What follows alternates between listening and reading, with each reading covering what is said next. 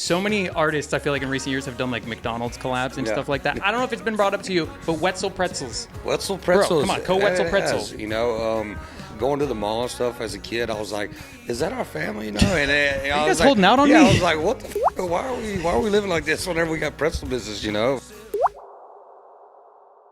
As 2024 came to a close, I hope everyone was able to take some downtime, spend some of that time with the people you care about most, and end the year on a high note. In 2024, we chatted with some great country artists. We've all kind of said it, that country music was the genre of the year, and some of our episodes of the Spout podcast included conversations with Jelly Roll. Give it up for Jelly Roll real quick, just as we kick this off. Little baby Jelly Roll clip. There we go. That's what I like. Baby Jelly Roll clip. I like it. We actually had 2 episodes with him. Oh, I'm so glad I'm talking about this.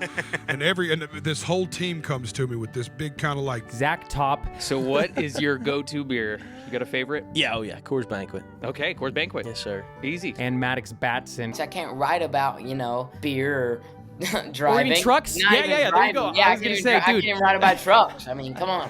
What am I doing in the country music genre? Who are all bringing their own twist to the genre. But we've got plenty more names on that list of artists, and what better way to end the year than with flying out to chat with one of country's biggest names ahead of his Christmas-themed show in Austin, Texas. So I did just that. Right after Christmas, I headed to the Lone Star State, where country star Koe Wetzel put on 2 Christmas-themed shows. This follows his 2 Wetzel's Wonderland Christmas EPs, where he covered iconic Christmas songs from the holiday season. This is also at a point where Koe has been releasing music nonstop for 10 years, with 6 full-length albums that really showcase a cool journey of personal growth and maturity, with his earlier songs highlighting kind of partying and drinking, and the new stuff striking a bit of a deeper chord, as heard on his album 9 Lives, which is out now. Koe and I are also about the same age, so I appreciate the humor intertwined into his albums, reminiscent of some old Blink-182, who is my favorite band of all time and one of Koe's favorite bands as well. And just seeing how he incorporates his love for multiple genres with grittier guitars like you'd hear on a Nirvana album, or even swearing like a sailor in a genre that I used to think was so clean lyrically, country music.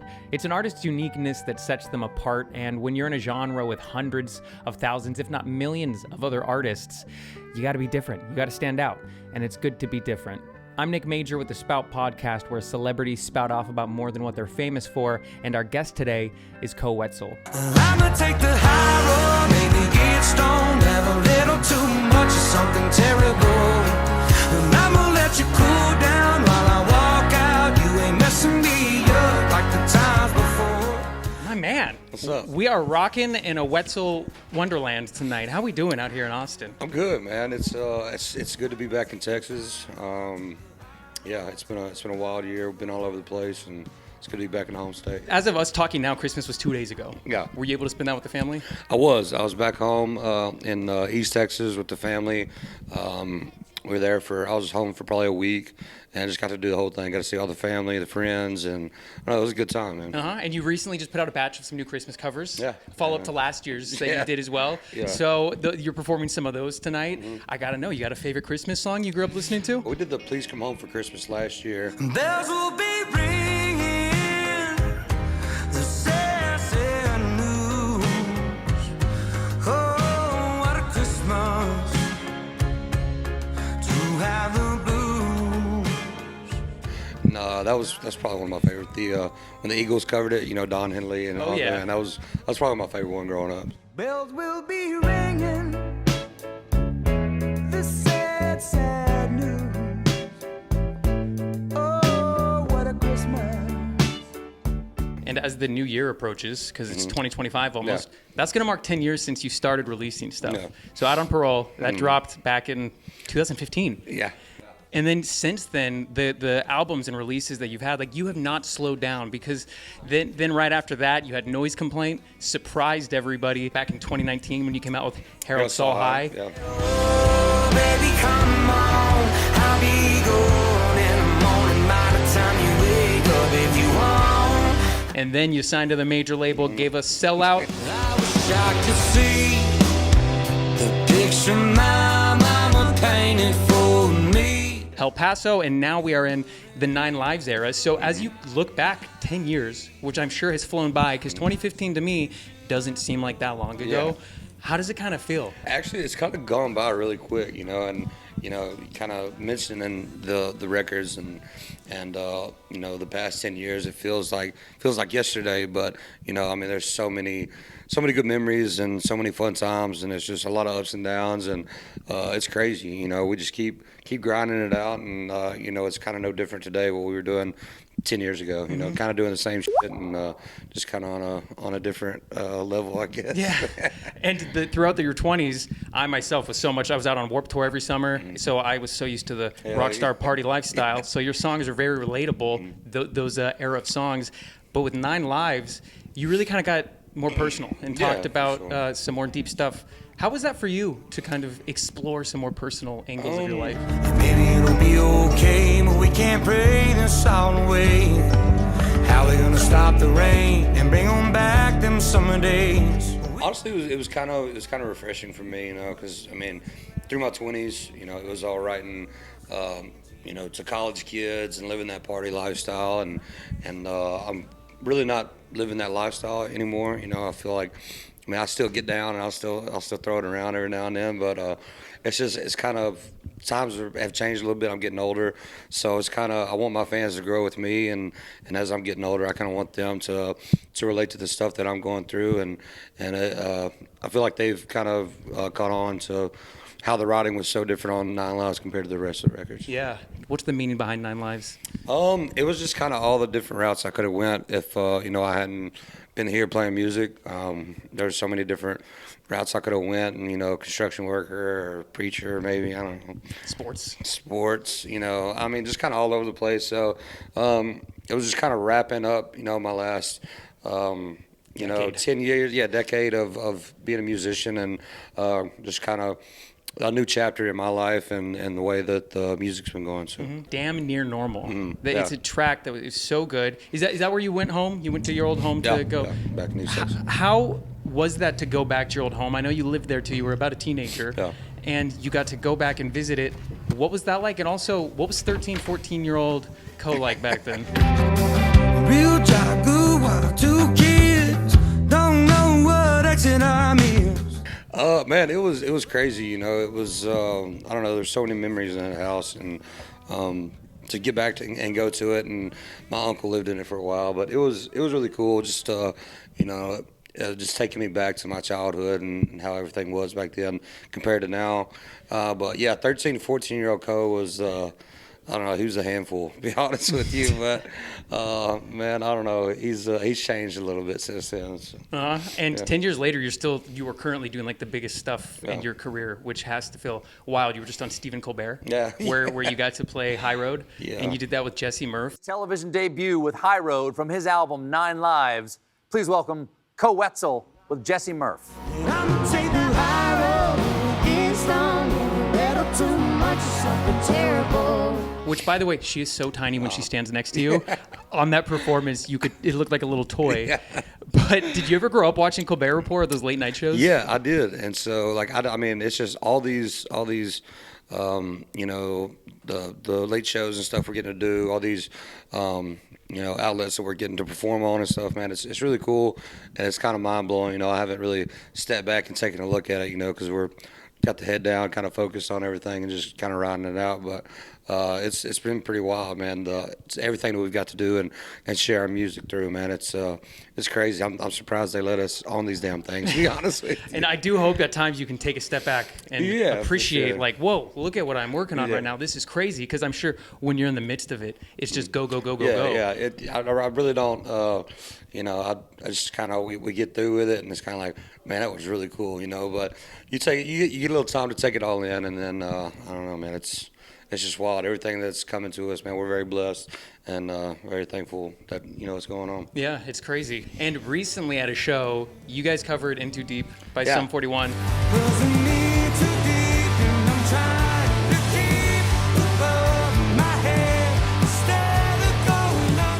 I'm a pop punk kid.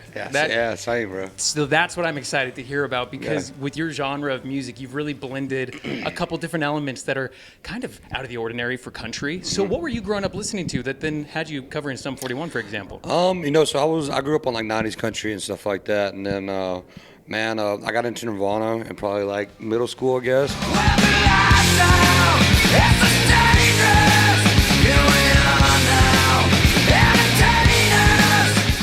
kind of turned me into all the pop punk and all the grunge and like that. So I don't know. I was always a Sum fan, Blink-182 obviously, and just bands like that, man. It just kind of, I don't know, it took me to a different world that I wasn't used to. So. Yeah.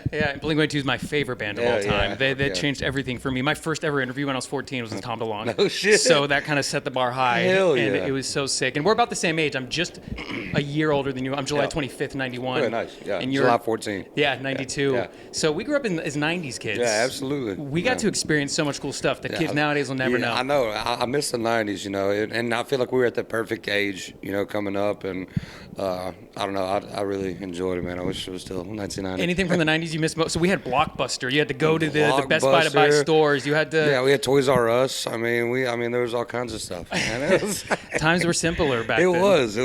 We didn't know how good we had it back then, dude. And then you're expanding beyond music. You opened up your Riot Room, which Yeah, man. there's a second location coming up right in February, hopefully. Yeah, Houston is going to be hoping around February. It might be around March, April, but yeah, Houston. It's going to be a lot of fun. The one in Fort Worth it's always a great time. We'll be there. We'll be at Fort Worth tomorrow night. So we're having an after party there. So it should get I was going to ask, crazy. literally, Yeah. are you having an after party there? Yeah, every time we're in Fort Worth, we usually stop in and have a couple drinks, and it's always a good time. You know, the fans love it, the people love it. It's a great time there on 7th Street, if you're ever in West 7th. Everybody check it Yeah, out. West 7th in Fort Worth. What's good there? You guys got drinks, obviously. You guys got Yeah, good food? we got food. The food's great. It's kind of like a country kitchen. I don't know. It's kind of like a honky tonk bar during the day, and then at night it turns into a cowboy club, I guess. I don't know. As club as Fort Worth can get, probably is the best way to describe It's it. a cool area. I've been up there a few times for work, Yeah. and I really like Fort Worth. I think Yeah, it's let a me dope know spot. whenever you're in next time, man. I'll have to stop by. Sure, absolutely. And I love that you're opening a bar kind of in your hood, like in your Yeah, for area, sure. because Yeah. I was just up in Nashville, and it seems like everyone's opening bars there. Yeah, it didn't feel right for me to put one in Nashville, and I was like, you know, I've always loved the concept, everybody having their own bar and stuff, and I was like, you know, I'm a Texas guy through and through, man, and I was like, I'll just stick to what I know, you know, and stick around my home base. And so you said it's a bar place. You got food there. Speaking of food, so many artists I feel like in recent years have done like McDonald's collabs and Yeah. stuff like that. I don't know if it's been brought up to you, but Wetzel pretzels. Wetzel pretzels. come on, Koe Wetzel it pretzel. has, you know, I don't know. Going to the mall and stuff as a kid, I was like, "Is that our family?" You know, and I guys was like, holding out on yeah, me? I was like, "What the? Why are we living like this whenever we got pretzel business?" You know, but no, it's a cool spot. I dig their pretzels. I'm more of a what is it, Annie Ann's? Annie Ann's, Yeah, yep. I'm more of an Annie Ann's kind of guy. I worked at but- Hot Topic, and right next to us was an Annie Ann's, and that was my go-to spot. Yeah, if I go to the mall or anything, I usually stop in and give me some pretzel bites or whatever it is. Yeah. And what's sick about you kind of crossing a couple genres is it's letting you participate in things like Welcome to Rockville. Yeah, which was for so sure. rad. Jelly was there as Yeah, well. Jelly. And I mean, you got to perform with some of the biggest pop punk and rock Yeah. names, but I know you have an unreleased song with Jelly Roll that'll probably never see the light of day. Probably never see the light of day. Yeah, it was. We kind of just threw it together. They actually put it together, and he was like, "Hey, you know, throw in a second verse," and I did, and it's just. It's kind of one of those underground tapes that probably doesn't need to see the light of day. It's a good tune. It's a great tune, but I don't know. For the way things are going for the both of us, it's probably best if we just keep It that might one be in the at vault. some point. It seems like what would make the most sense is to get back together at some point, Yeah, write something a little absolutely, new. for sure. You know, Jelly's a homeboy. He's a great dude, man, and we enjoy, you know, hanging out and trying to make music together. But I don't know, maybe we can get back together and make one that's not as raunchy and crazy. Which I love I mean, one thing that you brought into country that I hadn't heard was some vulgar language at times. Yeah, And I love your speaking interludes that you have on your albums, because it brings me back to like Blink-182 Dude Yeah, Ranch days. absolutely. And I hear that and I just laugh because you clearly got a good personality. Are you ever going to act, bro? Man, I want to. I really want to get into it. But I got so much shit going on, dude. Man, it's so hard. Like I would really love to get into acting and to get in that world, but we got so much going on right now, and you know, we're just, like I said, man, we're so focused on the music and stuff. So I don't know. Maybe one day, you know, maybe once things start slowing down, if they ever do, But it's good. It's good to be as busy as we are, and man, we're enjoying the ride right now. So. And you've accomplished so much, but the new year's coming up. Do you have New Year's resolutions or goals to kind of outdo or new things? Yeah, a couple more number ones. Not bad. Yeah, maybe we can get a couple more of those. And no, just new music. We're in January. We get back in the studio and start writing. We've already started writing for the new record. So I think just trying to make as much new music as possible. And we've got a cool tour coming up. I can't say too much about it right now. But cool tour coming up, bunch of festivals. So just same old shit, man. Just ready for 2025. You got Australia coming up. And Australia. You got that. My dad's from Melbourne, which is the way to say it. Everybody, you don't say the R. Melbourne. Melbourne. Yep. Melbourne. And so I have citizenship there. So I've grown up to Australia. Awesome. You're gonna have such a good time. Dude, I'm so pumped, man. We've always talked about going over there, and they're actually like number 2. Like our fan base is like number 2 after the U.S. So we're really excited to get over there. And I know you like the wilderness, as do I. So my parents, they're huge mountain climbers. They're huge outdoors people. So I always grew up camping. Yeah. It's my happy place when I just go out into the woods. If you want to try something crazy, go to the Australian outback. I was gonna say, I feel like there's so much venomous going around, and spiders and snakes and shit. I'm like, so much over there that can kill you. It's rock and roll, baby. Hey, that's rock and roll as bro. That's going to be great, though, I'm sure. So what else do you have cooking up next year? It sounds like just busy tours, busy with recording. Yeah, like I said, man, just a whole lot of new music. I don't know, just trying to kind of further what we've done in 2024, and I don't know, just get back out there and make some music and make some smiles, I guess. And I hope you can get some cool collabs going. I know for sure. a few years back, I don't know when it was, but the Trippie Red collab that you did with Diplo, that was a vibe. Noticing everybody's part on my mind. Masking a pain with ketamine and wine. And I hope to see more fun, unexpected stuff like sure. that. Dude, you need a Travis Barker collab. Oh, bro, I know, man. Who had him on? Did Jilly have him on one? I think. I don't recall. Somebody Jelly had. did, but Somebody had. everyone has him on. Yeah, I know, right? But, yeah, Travis Barker would be cool. I don't know. I think the unexpected collabs are the best ones. Yeah. So I don't know. It's probably going to be surprising whoever I collab with next year, but that'd be awesome to get a couple of those in. And Post Malone, I know he's out this way. Yeah, for sure. That would be sick. And so he, back in like the 2012-13 era, his buddies, they're in a band called Crown the Empire. They're like a metal band from out here, and he auditioned for it. He didn't make it. So he's gone on to do great things. Yeah, I think he did all right. Yeah. So that'd be a sick collab to see. But dude, it sounds like tonight is Christmas based. Is that you're gonna be playing all the Christmas songs? We're gonna play 3 or 4 of them. It's just gonna be a Koe Wetzel show, man. Like everybody was kind of like, is this just an acoustic Christmas show? I'm like, we've got fucking 6 songs. Yeah. No, yeah, it's gonna be a Koe Wetzel party tonight, man. Are you gonna be doing Sum 41? Not tonight. Not tonight. Yeah, it's just gonna be a rowdy Koe show, and I don't know. We'll just kind of sprinkle in a little Christmas joy here and there, and I don't know. It's gonna be cool. It's a weird time in between Christmas and New Year's, but it's the end of the year show, so we got to go out with a bang. Mm-hmm. And I'm not too frequently in Austin. I love food. I love everything. I've never even been to Whataburger. Oh, really? So I'm gonna go tonight. Hell yeah. Is there something from Whataburger I need to try? Yeah, honey butter chicken biscuit. If you're going late tonight. Yeah, honey butter chicken biscuit. Honey butter chicken biscuit. Yeah, I'm gonna say Koe Wetzel suggested this. It's great. So I'll check that out. Everything's good, but that's the go-to. That's my drunk order whenever Your drunk order. When it's not Taco Bell. Come on. We all know February 28th, guys. A song he loves to play every night. Shout out Taco Bell.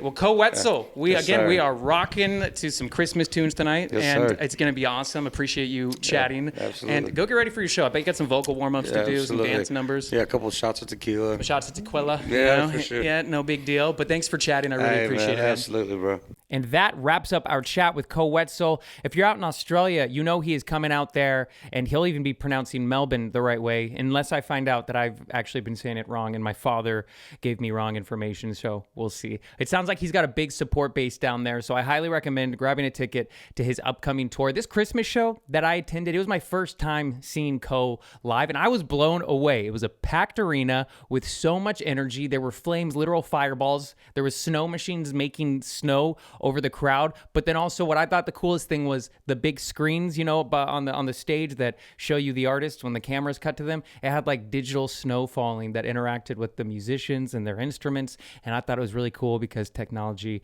is awesome. So big shout out for Koe for taking the time to chat before he hit the stage. And be sure to check out his latest album. Again, it is 9 Lives. Catch him live. And if you're in the area, check out his restaurant, Koe Wetzel's Riot Room. Don't forget, we have brand new episodes of the Spout podcast every week where we are chatting with all of your favorite celebrities. So be sure to follow us, turn on notifications, and you will never miss an episode. Last week, our very own Tamara Dia chatted with another name in country music, Max McNown. So many old friends reaching out to me just because they were there. When they saw me sing that, and I remember thinking I was going to throw up after that. I was so... She headed up to Portland to talk to him in his home state of Oregon at the same time that I was actually down in Texas with Koe. So we were traveling all around chatting with these very talented country folk. And a couple weeks before, I sat down with Ryan Lewis for what ended up being an awesome hour-long chat that we split into 2 episodes. You know, for me leaving the world of Macklemore, I largely disappeared on purpose, and it took time to start to try to answer, what do I want to do? What does it sound like? Where do I go? You're rebuilding. From rebuilding his career following his departure from Macklemore to helping the next generation of artists with his knowledge of music. With his knowledge of the music world. We covered a lot, and I hope you're able to check it out. Those are all out now. And I am once again Nick Major with the Spout Podcast. Stay safe out there, and I hope your new year is off to a great start.